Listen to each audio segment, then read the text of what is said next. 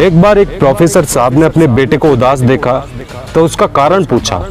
बेटे ने बताया कि मैं जिस ऑफिस में काम करता हूँ वहाँ मुझ पर काम का बहुत दबाव है और मैं निरंतर संघर्ष से गुजरता हूँ। समझ में नहीं आता कि इसका क्या हल निकालूं, काम छोड़ दूं या कुछ और करूं। प्रोफेसर साहब ने उसे दिलासा दी और एक गाजर, एक अंडा और कॉफी के कुछ दाने लेकर आने को कहा। बेटा ये सारी चीजें लेकर आया। अब प्रोफेसर साहब ने 3 बर्तनों में एक एक गिलास पानी डाला, फिर उन बर्तनों में अलग अलग गाजर, अंडा और कॉफी डालकर आग पर चढ़ा दिया। 20 मिनट खौलते पानी में पकने के बाद प्रोफेसर साहब ने चूल्हे बंद कर दिया और थोड़ी देर बाद तीनों वस्तुओं को प्लेट में निकाला। गाजर थोड़ा नरम और पिलपिला हो गया था, अंडा सख्त हो गया था और कॉफी पानी में मिल गई थी।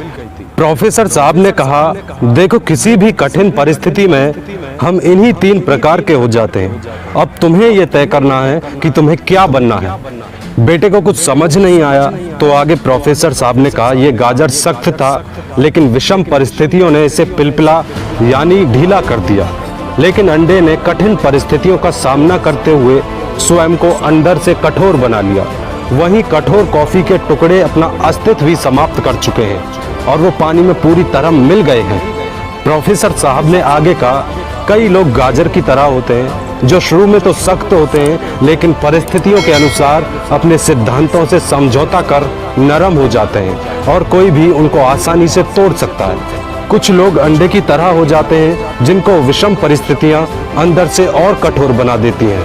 वहीं कुछ लोगों पर विषम परिस्थितियों का इतना अधिक प्रभाव होता है कि वे स्वयं को पूरी तरह उन परिस्थितियों के हवाले कर देते हैं और उनका अपना अस्तित्व भी समाप्त हो जाता है। अब ये तुम्हें तय करना है कि कठिन परिस्थितियों में तुम्हारा व्यवहार किस प्रकार का होगा।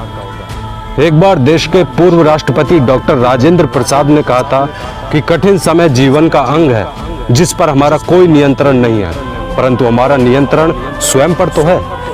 इसलिए कठिन समय को बदलने के बजाय अपने सोचने के तरीके को बदलिए। कठिन समय खुद ही समाप्त हो जाएगा।